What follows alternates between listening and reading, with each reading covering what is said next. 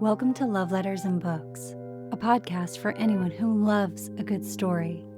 This is a soft space to explore romance in books where no topic is too taboo.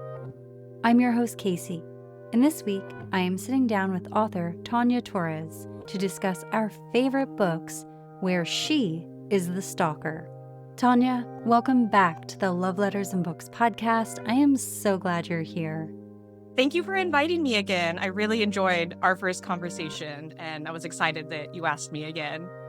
Well, we went through so much for that first recording. We really had to earn it. So for the listeners who may not have heard that episode with Tawnya, my house was actively being broken into while Tawnya and I were recording. And then some man was like stalking my house so bad in his car that he almost crashed into the oak tree in front of my house. The entire time, Tanya's just like a little beam of sunshine in the background, like, "Are you okay? Do you need me to call the police?" And I'm just like, "No, we're okay." So today, Tawnya, because you and I predicted that something would happen, the most Mercury retrograde thing that could ever happen to a girl happened. On like Friday, my air conditioning went out and then all the fans in my house went out. So there's like some weird issue going on and we're in the middle of a heat wave. So I have a glow because the house is really toasty right now. So that is our thing that happened. That is how we're opening this episode.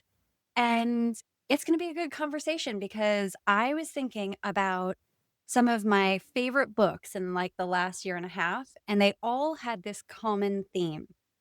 It was she is the stalker. And I was thinking, what was the book that introduced me to that genre? And it was A Taste of Candy by Tawnya Torres. And I knew I had to have her come back on the podcast. She's the person I need to chat about this with. So Tawnya, thank you so much for coming back and for being here with me as I melt. And I'm trying to talk to you. No, you have a beautiful glow. You have a beautiful glow. And it's funny that you say that because it's been beautiful here, but today it's all thunderstormy and like dark and like gloomy and creepy. And I was like, is it setting the stage for our little podcast over here? I wish it was. The things I would do for a cold, rainy day right now would be legion. I would almost be like your main female character, Candy. Those are the links I would go to. So for anyone who's new to you, your books, your characters, can you tell us a little bit about your book, A Taste of Candy? So A Taste of Candy was published last year, but I wrote it in 2023 and I loved dark romance, but I felt like I needed something a little bit different. Like I was like, well, what if it was like Haunting Adeline, but she was the stalker? Like I just thought that could be so fun. And that's kind of what inspired me. I also always loved thriller books and movies before I ever became a writer. So I feel like it kind of has like almost like a thriller comic booky feel that kind of sets it apart from other dark romances. And even though it's dark, there's a lot of funny banter, I think, between Candy and Jeremy. It's funny because when I first started writing the book, I originally thought that Candy would be kind of mean to Jeremy. And then as you know, and maybe other readers know, Jeremy is baby girl and Candy just like babies him. Like he's sweet baby angel. And I don't know how I ever had it in my mind that she was going to be mean to him. And it just like, sometimes that's how it works when you're writing. You realize a good dynamic doesn't work. So that's how Jeremy became baby girl in that book. He is intensely baby girl. And you know what? She is the stalker. She is the stalker of all stalkers. And it works out well for both of them. So that is why I love that book so much. And we're going to unpack that a little bit. And then later on in the episode, I'm going to share some of the other books in the genre that I really like, but like your book opened the door for me. So let's talk about the she's the stalker dynamic in general. What comes up for you as the writer when you're creating this character? Like, what does it mean for the power dynamics, the relationship, the communication? I think that women are told or like kind of taught by society to be like meek and mild. And I feel like we might come from like generations that are like, you don't ask a guy out, the guy has to ask you out. Like there's just so many rules. And so I was like, what if there was a female character that just broke every rule? Not like she really acts like a man, but she's like very confident being like the dominant person in the relationship. And just like seeing someone who like, Jeremy is at first he is kind of against it, but then he becomes receptive to it. And it's like, he makes a few comments throughout the book where he's like to his coworker, I like that she picks out my tie. I like that she chooses what we're going to do. She picks our wedding day. Like, I don't have to think. And of course, it totally bothers his coworker that has a crush on her. But it's kind of fun to just see someone not afraid to show interest in someone. Like, I think that we're like, oh, I can't be too forward. And so I was like, what if there was a book where the woman was just so blatantly forward? Yeah. And endearing because she, while she is very threatening to the outside world, like with him, like you said, she is totally baby girl. And I think it really shines a light on that caregiving and caretaking. Like she was so nurturing and so loving.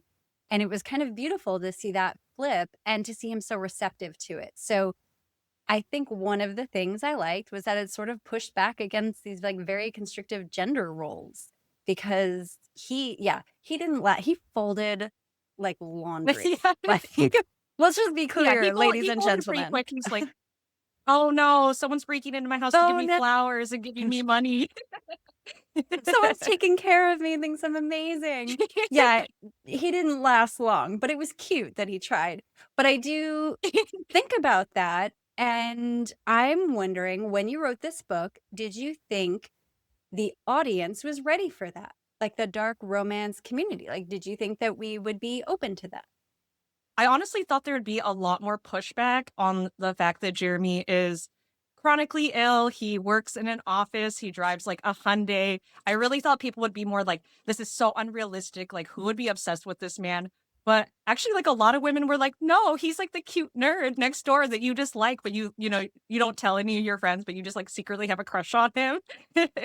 100%.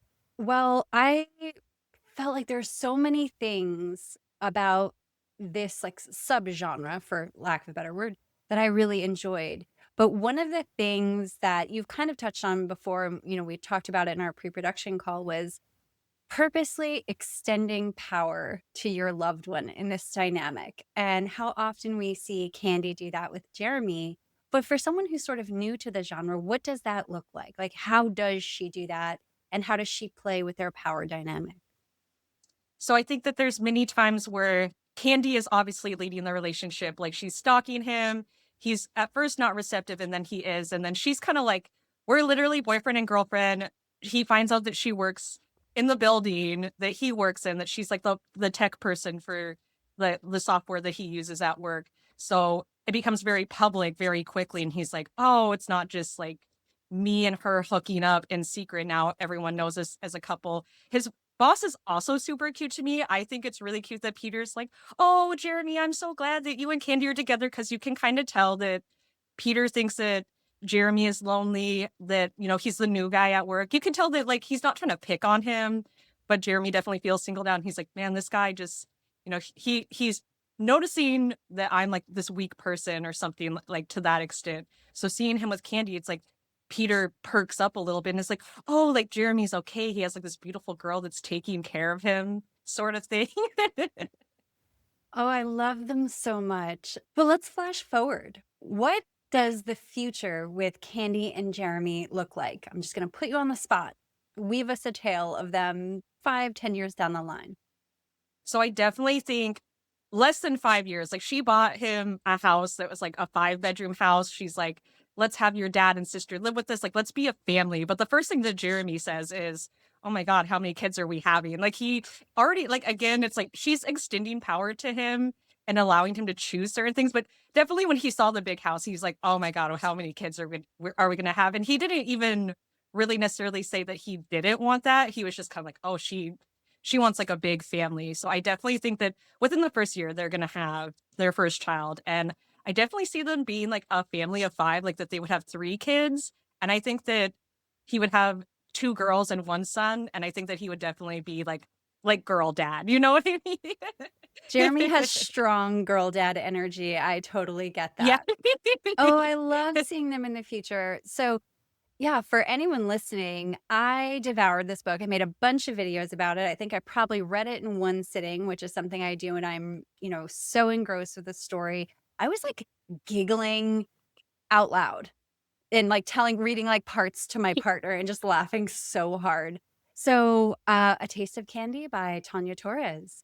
That is the book that opened this subgenre for me. And so now we're going to talk about a few other books on my list of She's the Stalker. And one that comes to mind is a previous guest on the podcast. That is K.D. Cureton.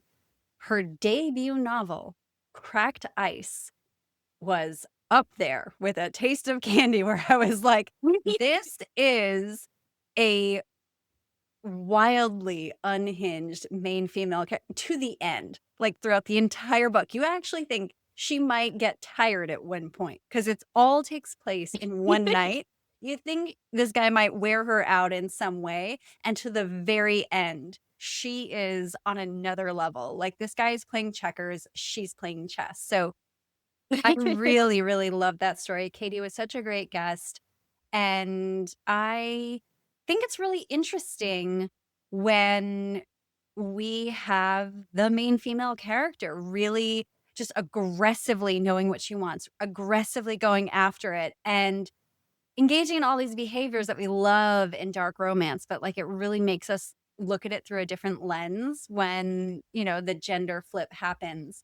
But one thing I'm noticing in all of these books is these men don't realize how much they love this until they realize that they love it. Like they are built for it.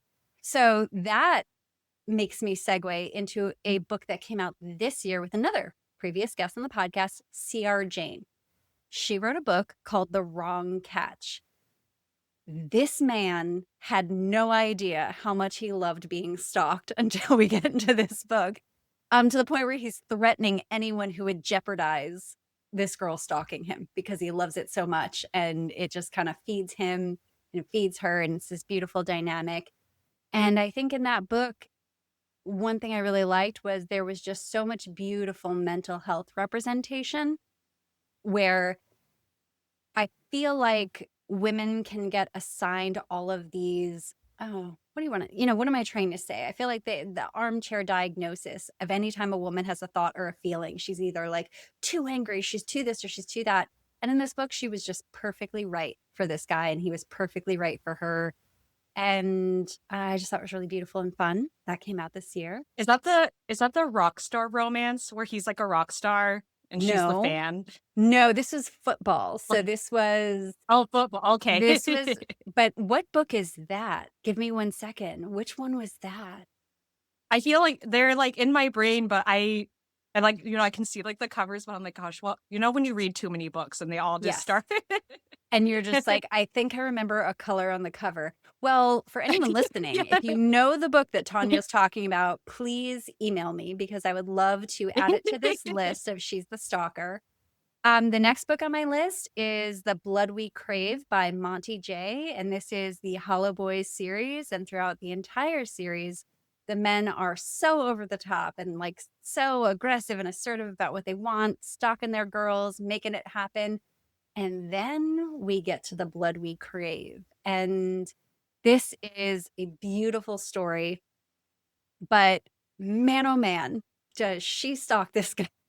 And they have a very twisted, sort of dark, but sort of beautiful past of an interaction in childhood. And we just see how that planted a seed. And I loved that whole series. I loved that book. And the final book on my She's the Stalker list is pretty controversial. This is in the Rina Kent universe, and it is the book Empire of Hate. And this is Daniel and Nicole's story. And once again, it's something like clicking in childhood and just haunting them throughout their whole lives. I mean, yeah, this one was over. This girl she is definitely the stalker. And then it's sort of a second chance romance. And she has very different life circumstances the second time around. And the tables kind of turn. And she's sort of in a power position where she's just like, I've got bigger problems than you. Like, I've got more to deal with than worrying about if you like me. And man, does that do something to this guy. So we have this great list. We have A Taste of Candy by Tawnya Torres, Cracked Ice by K.D. Cureton, The Wrong Catch by C.R. Jane, The Blood We Crave by Monty Jay, and Empire of Hate by Rina Kent in the She's the Stalker universe. So, I mean, what does it feel like to kind of carve out a niche within a niche, Tawnya? Because your name is at the top of that list. It feels unreal that anyone would put me next to like Rina Kent. You know, like that's like it's like a dream of mine to go to like a Barnes and Noble and it's like in the dark romance or on the dark romance table, like that a taste of candy would be next to anything by Rina Kent because I mean not only is she like a big name, but I feel like she does like really well with these lovable but unlikable characters, if that makes sense. My first introduction to her, I think, was God of Malice. And I was like, you still like root for them, even though there's so much wrong, but there's like this undeniable chemistry and like everyone has their own trauma that, you know, it doesn't have to make sense to anyone else, but it makes sense to these characters for them to be together or overcome whatever bullying or workplace drama or like college rivalry. And for whatever reason, it makes sense for these like people to be together. And I just think that's really cool that someone could think that like my work has the same effect as like Rina Kent.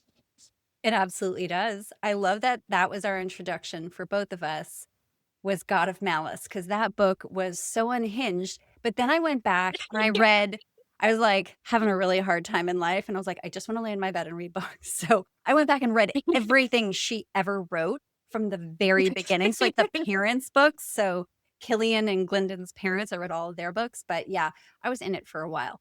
But yes, you're definitely in that group. And I love that. And I want to ask you a little bit about writing main female characters because Candy is not unlikable. That is not how I would describe her. She's actually adorable and lovable.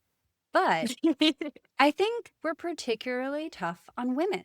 So I want to ask you, was there anything you were thinking about when you're like, yeah, I'm going to write a main female character who's like to the left of what we normally think the role is in this book? Like, what were you thinking about that? And now how do you feel about it? Because it came out a while ago. So now when you step back and look at it, how do you feel?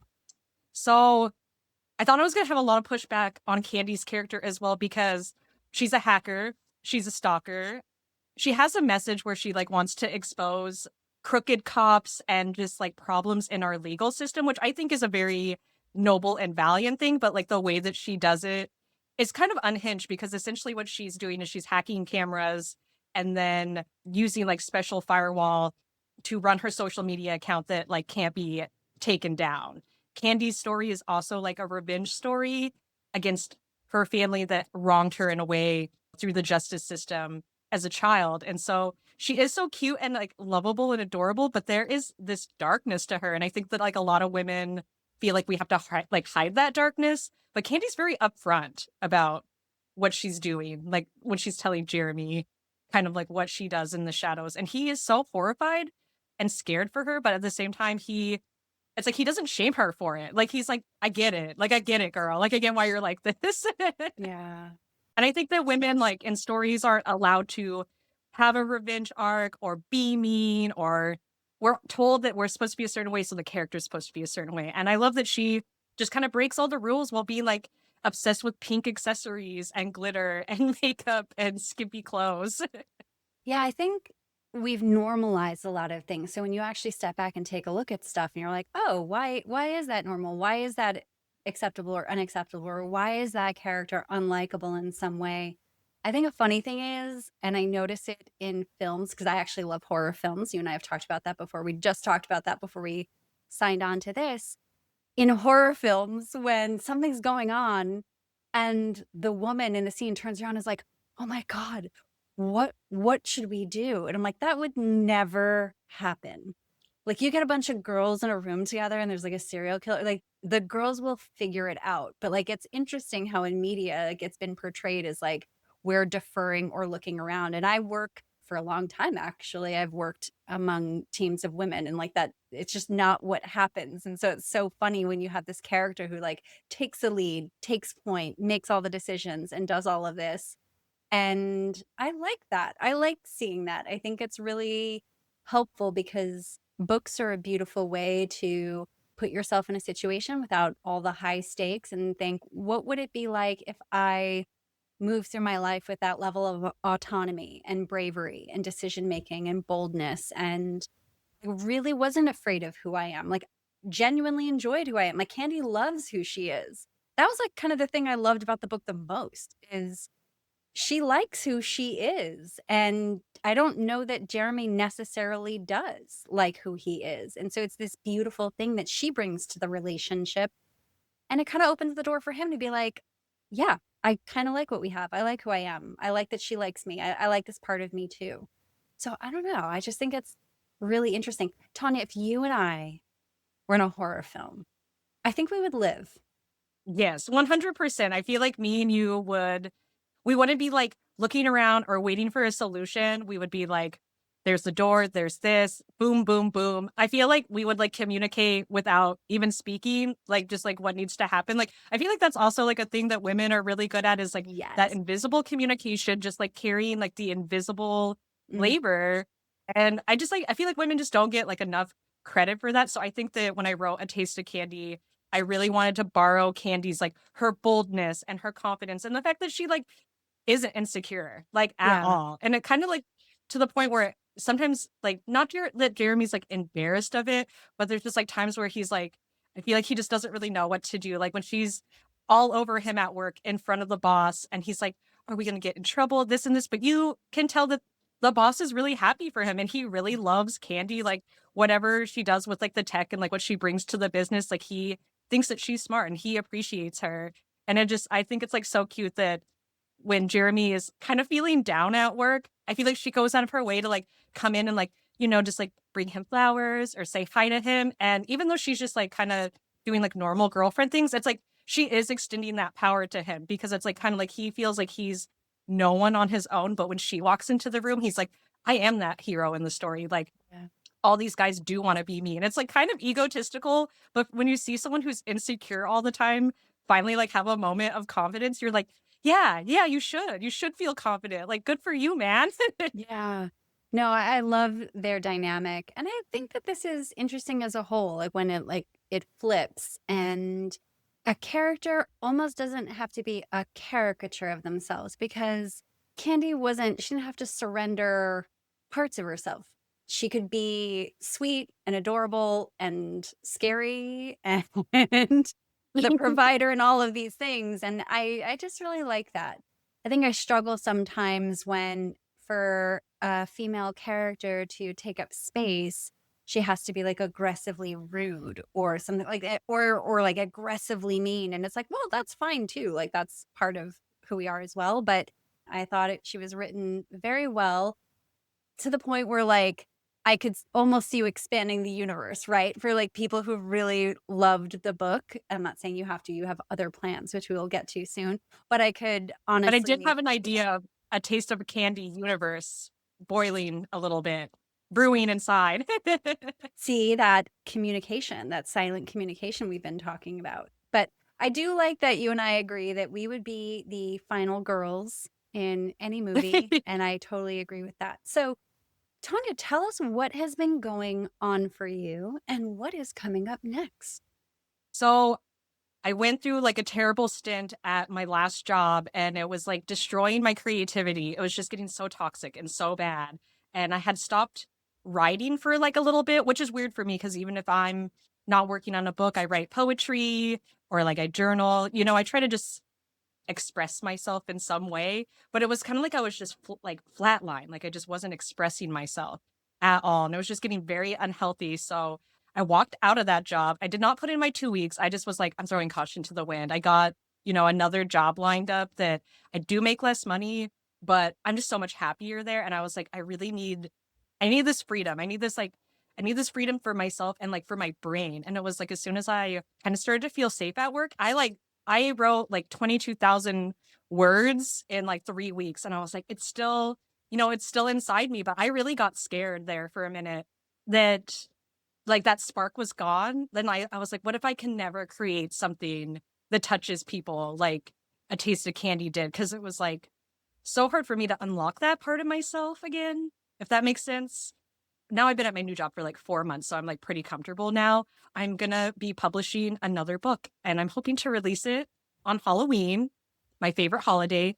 It's my first time writing literary horror meets Gothic romance. And so I wanted to try something new. I didn't know if I could do it, especially because I was having confidence problems and work problems and all those things. But it was kind of exciting to see myself like pull myself out of that situation and be able to create something completely new. Well, I do like that you're sharing this for several reasons. One, because I've been waiting for a new book from you, so I cannot wait for Halloween. I'm so excited about that.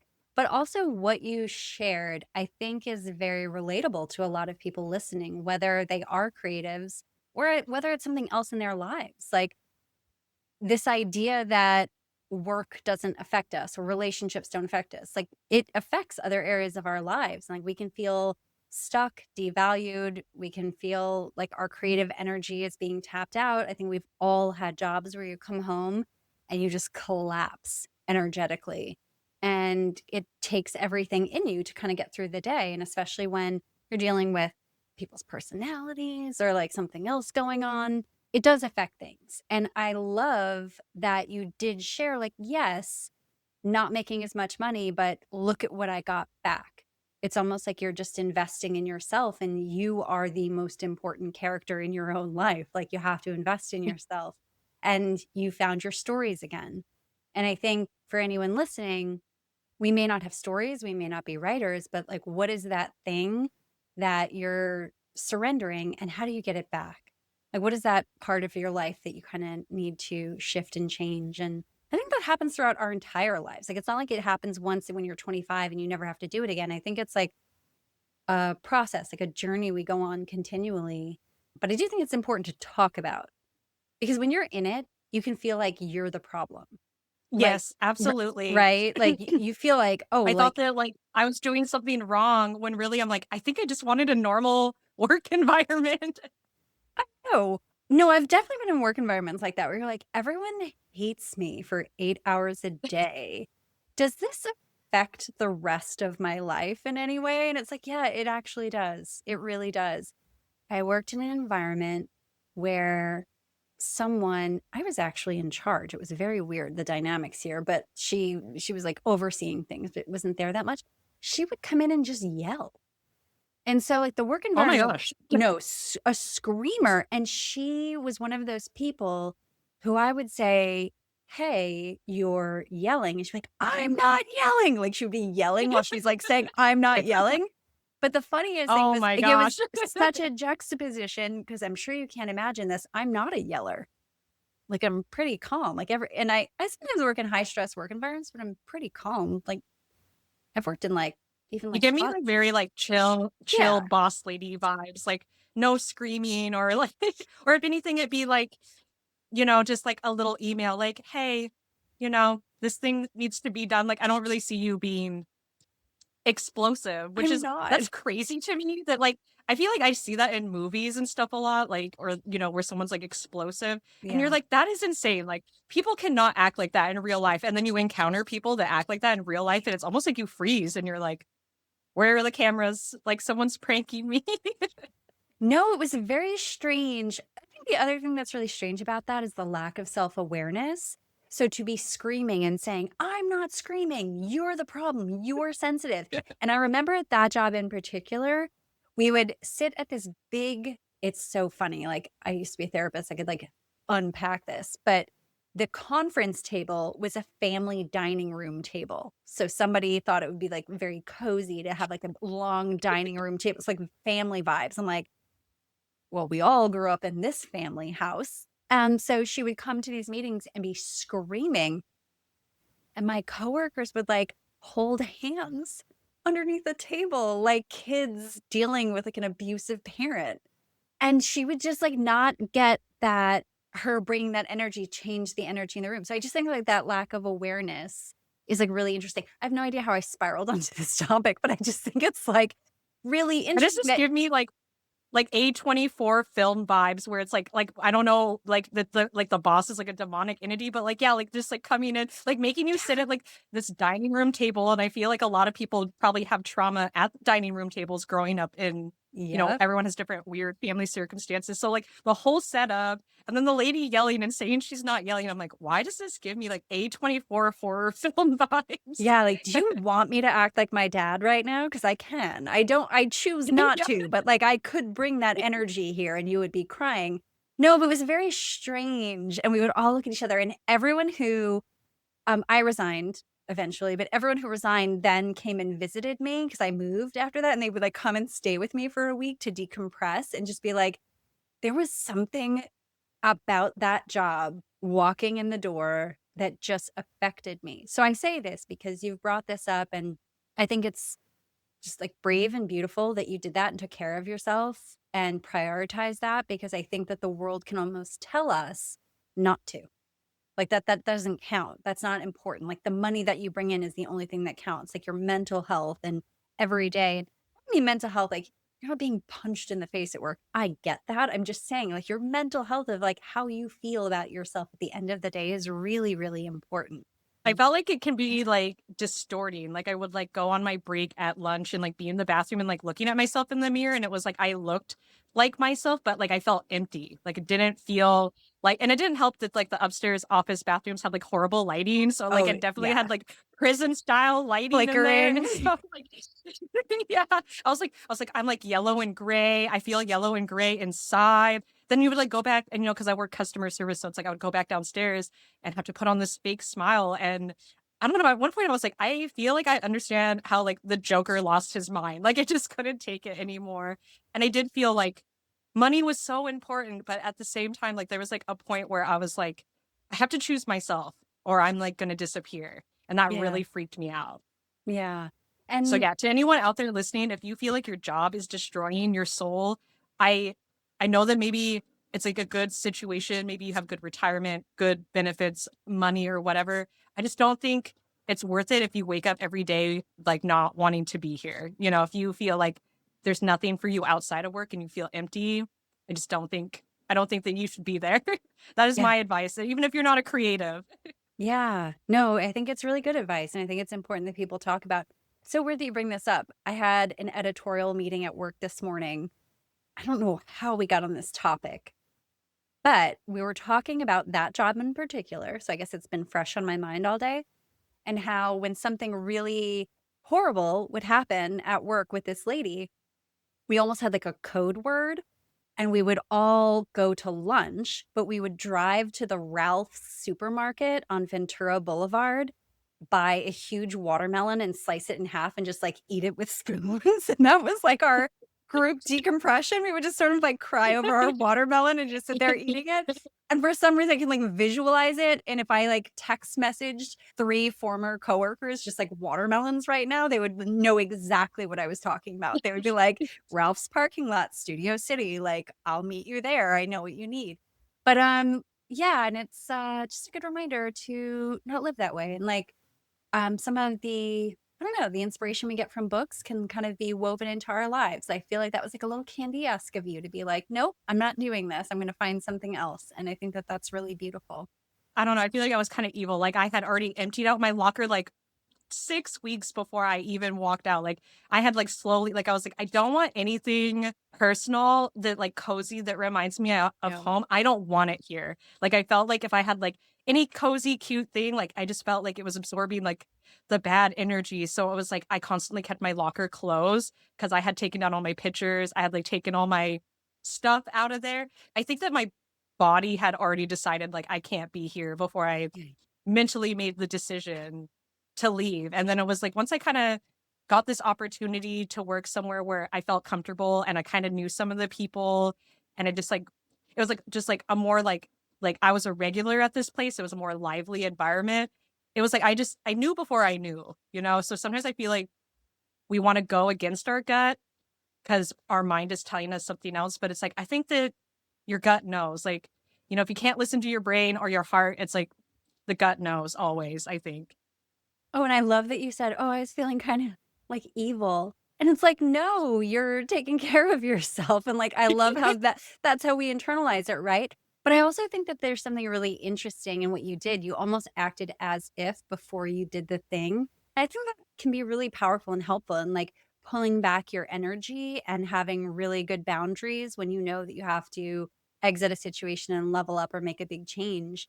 Like, not to get too deep, like obviously it's a book podcast, we talk about books, but I also think making big life changes is a big theme in the books that we read.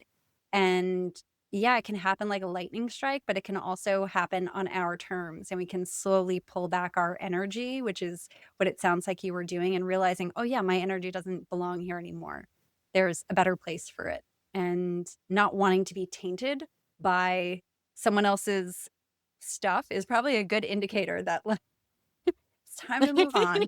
Like if Yeah, you're like ever yeah, like feeling when you that don't way. want anything cute from home, like in your locker, because you're like, it's just gonna get the bad juju on it. I'm like, Yeah. I like think that that's I a am not good normally sign. superstitious, but the energy thing felt real to me. Yeah. No, such a good sign. Okay, so Tawnya, I have loved this conversation that we've had today. To close us out and wrap things up, can you remind us of the name of your book, where you can find it, and what's coming up for you in October? So, A Taste of Candy can be found on Kindle Unlimited, and you can get the paperbacks on Amazon as well. I also have several other books. If you just Google my name, or if you type it into the Amazon search bar, I have several stories. But my newest book is going to be The Patience of Alligator Teeth. And this one takes place in New Orleans, and it's about an ex-addict who is the son of a Romanian immigrant. And it kind of has a little bit like Nosferatu vibes, where it's like he knows that he has visions, he knows things that he shouldn't, but he ignores them.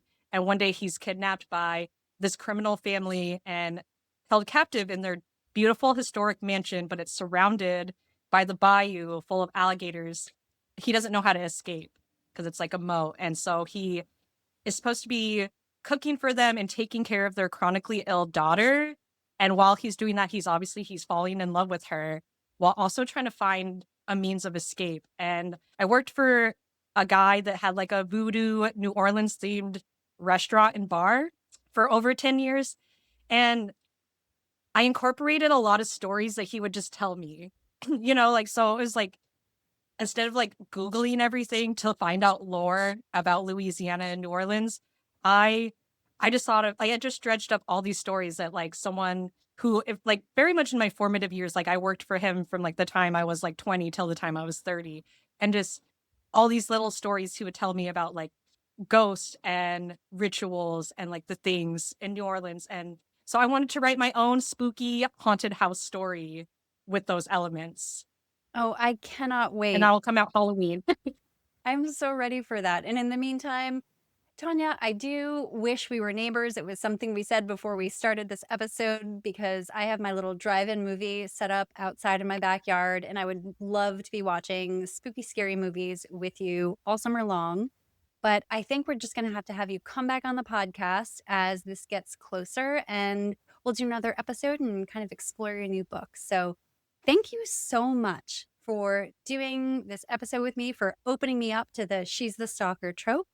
And for anyone listening, I'm also going to have Tawnya's information in the show notes. So if you'd like to follow, connect with her, or find her books, I will have all of that there. So Tawnya, thank you so much. Thank you, Casey. Thank you for listening to this episode of Love Letters and Books, a podcast for anyone who loves a good story. If you enjoyed this episode, please take a moment to follow, rate, and review this podcast on your favorite listening platform.